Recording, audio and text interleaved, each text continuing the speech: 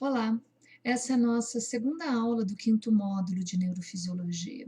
Continuaremos falando sobre neurobiologia da linguagem, especificamente o modelo clássico para a base neural da linguagem, que é baseado nas afasias, ou seja, nos distúrbios da linguagem.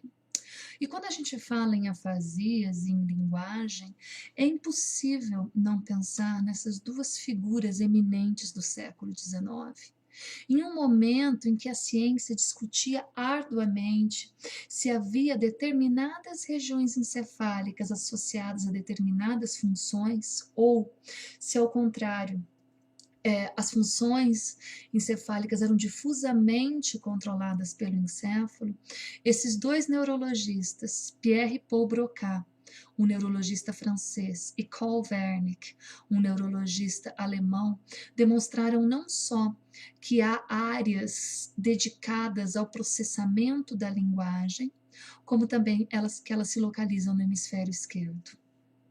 Pierre Paul Broca, após examinar o encéfalo de 8 pacientes, examinar pós-mortem o encéfalo de 8 pacientes que ele acompanhou durante a vida, afirmou: nós falamos com o hemisfério esquerdo. Os pacientes de Broca apresentavam um tipo de afasia que caracteristicamente está associada a uma dificuldade na produção da linguagem. Nós chamamos de afasia de expressão, ou seja, a compreensão deles está preservada, está adequada, mas eles têm dificuldade em produzir a linguagem oral. Todos os pacientes de Broca tinham lesões no lobo frontal. Essas lesões incluíam o que hoje nós chamamos de área de Broca, e sobre a qual discutiremos bastante nessa aula.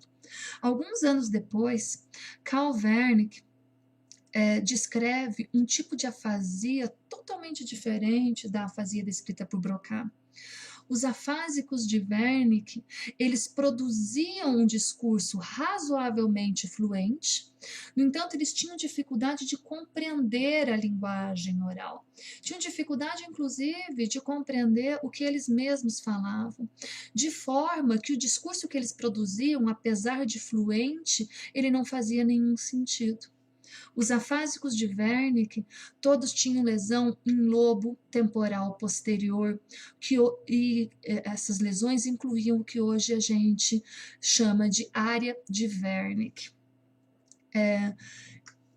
Portanto, baseado na descrição dos seus pacientes e na descrição dos pacientes de Broca, em 1876, quando tinha apenas 26 anos, Carl Wernicke publica um modelo do que ele considerava ser a base neural para a linguagem.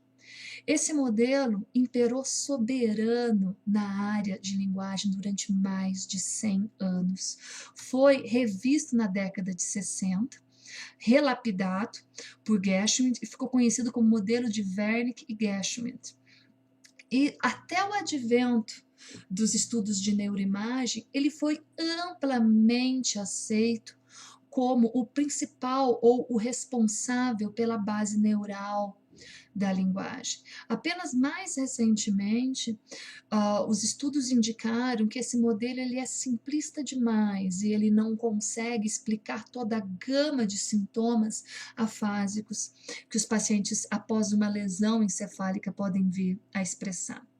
Mas o modelo ainda tem importância clínica, as afasias descritas por Verne ainda figuram como os principais tipos de afasias utilizados para diagnóstico clínico, de forma que o modelo tem uma importância histórica e neurobiológica também extremamente grande, e é o que nós vamos discutir na aula de hoje.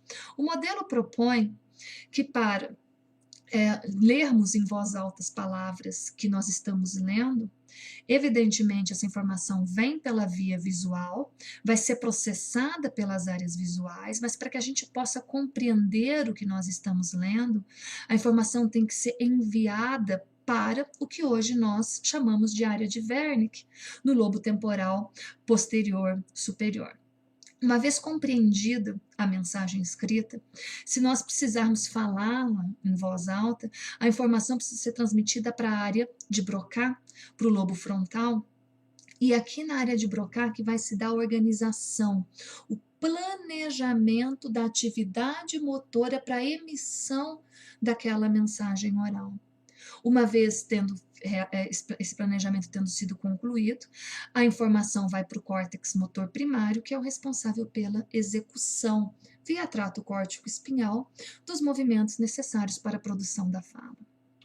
Se, ao contrário da mensagem lida, nós estivermos tendo que repetir uma mensagem que nós estamos ouvindo, a mensagem vai entrar via sistema auditivo, vai ser processada pelo córtex auditivo, mas para que ela seja compreendida, o seu conteúdo linguístico seja compreendida, ela vai ser processada na área de Wernicke.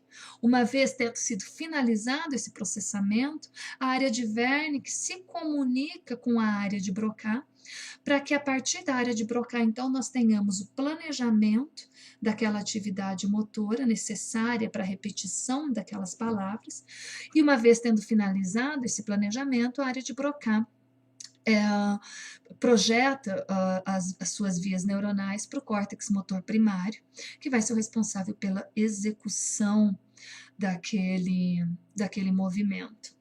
Pois muito bem, esse modelo proposto por Wernicke lá no século XIX, que imperou, como eu disse, soberano por mais de 100 anos, foi baseado nas afasias, nos distúrbios de linguagem que eles observaram.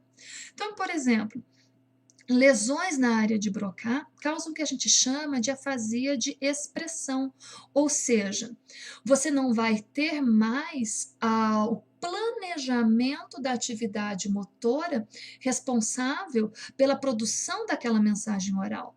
Portanto, você vai ter um discurso extremamente deficiente sob o ponto de vista da produção desses discursos. Poucas palavras por minuto, palavras, principalmente palavras soltas, palavras do que a gente chama de palavras de conteúdo e muitas vezes palavras incompletas.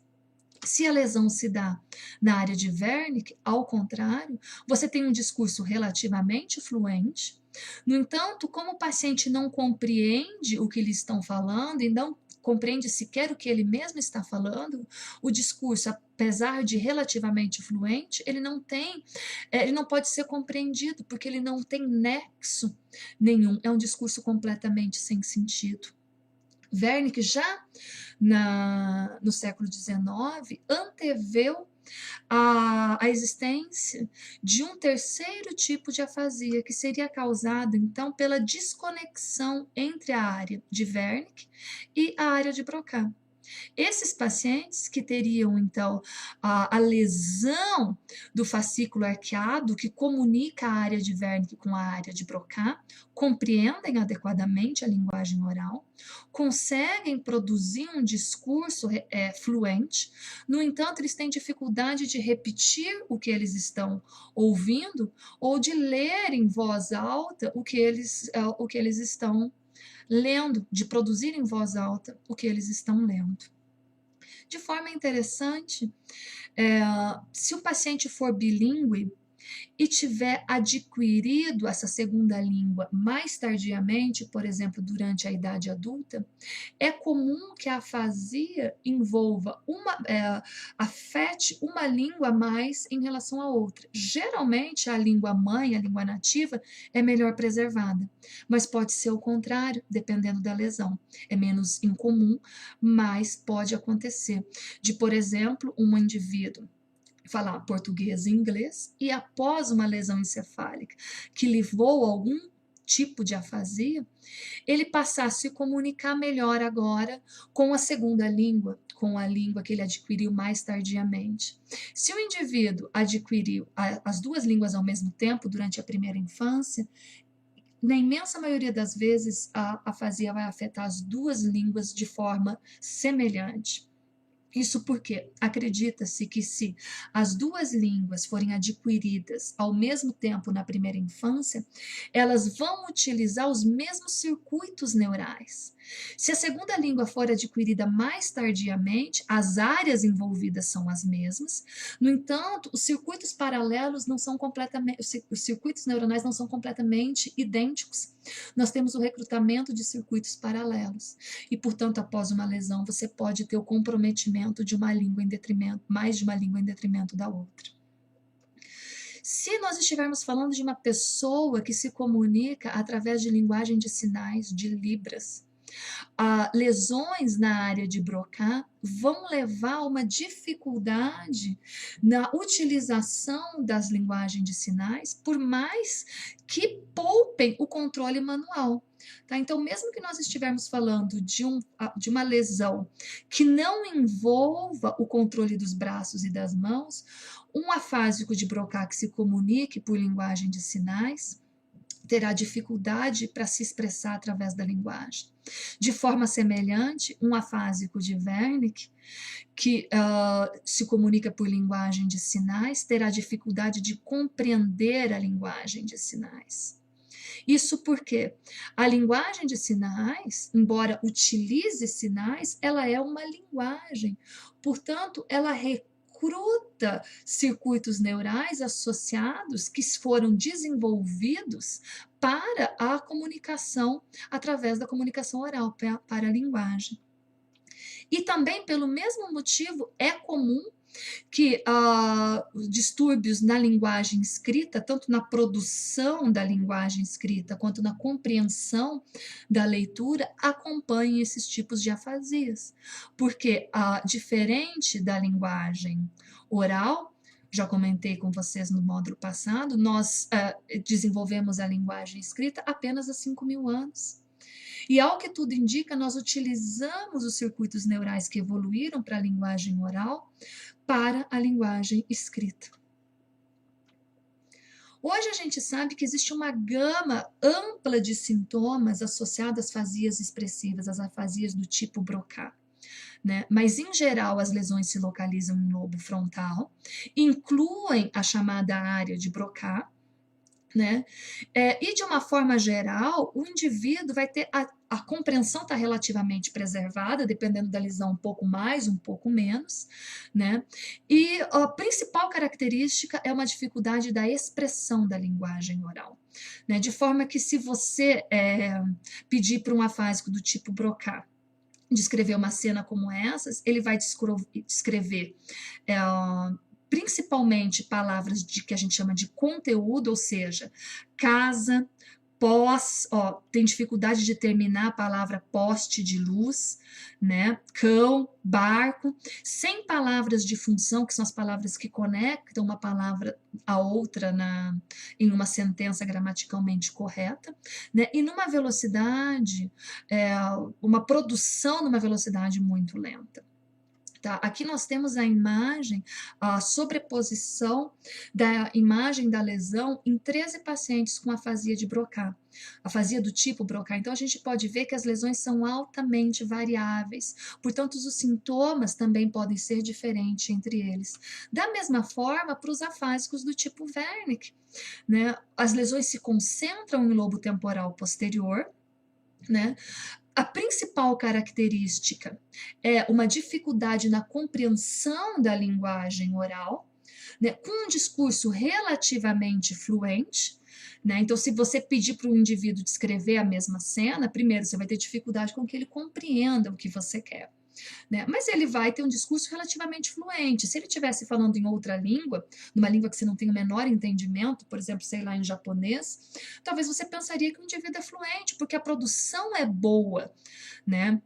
Então, no mesmo tempo, 1 minuto e 20 segundos, em que o afásico de Broca consegue produzir poucas palavras, ele tem uma fluência relativamente boa, mas não tem nenhum sentido o que ele está falando. As instruções simples, em geral, elas são lidas de forma corretamente, mas elas não podem ser seguidas. E, de forma bastante comum, a produção escrita imita a produção da fala. A afasia que Wernicke já previu lá no século XIX foi posteriormente comprovada como uma afasia onde ocorre uma desconexão entre a área de Wernicke e a área de Broca.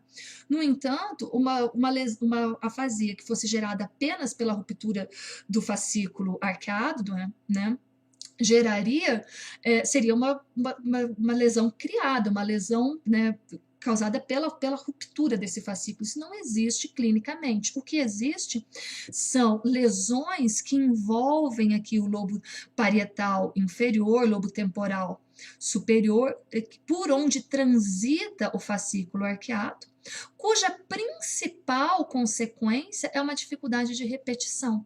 Então, a área de Wernicke está preservada, o paciente consegue compreender adequadamente, ele produz um discurso coerente, um discurso adequado, bem, com uma boa produção, mas a dificuldade dele se concentra na repetição do que lhe é pedido para repetir. Ainda hoje, gente, a afasia de Broca, a afasia de Wernicke e a afasia de condução figuram entre os principais tipos de afasia que são diagnosticados pela neurologia. Além disso, nós temos outras síndromes afásicas, que são variações das afasias expressivas e das afasias de recepção, das afasias chamadas sensoriais. Vejam que interessante. Um paciente que se comunica por linguagem de sinais, ao observar alguém emitindo os sinais, tem ativação das áreas encefálicas relacionadas ao processamento da audição. Da mesma forma, pessoas que leem e compreendem a leitura de Braille tem a ativação das áreas encefálicas dedicada ao processamento visual. Como é que isso se dá? Né? Se você, uma pessoa que não se comunica por linguagem de sinais, de repente ver alguém se expressando através de linguagem de sinais, como a gente vê todos os dias na TV, você vai ter a ativação das vias visuais normais. Você está vendo alguém movimentar as mãos.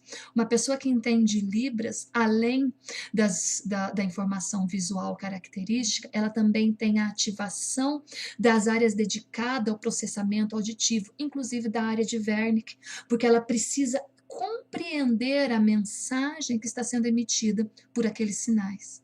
De forma semelhante, se você passar a mão sobre o relevo de Braille, você vai ter uma resposta sensorial associada à informação tátil, córtex sensorial primário, né, e áreas adjacentes. Uma pessoa que compreende a leitura em Braille, além da informação do recrutamento das áreas associadas à informação tátil, recruta também as áreas visuais que normalmente são utilizadas para leitura visual comum.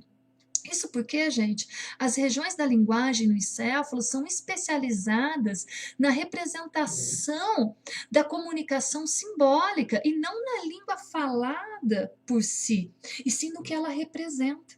O cérebro humano é programado para falar, inclusive para falar com as mãos.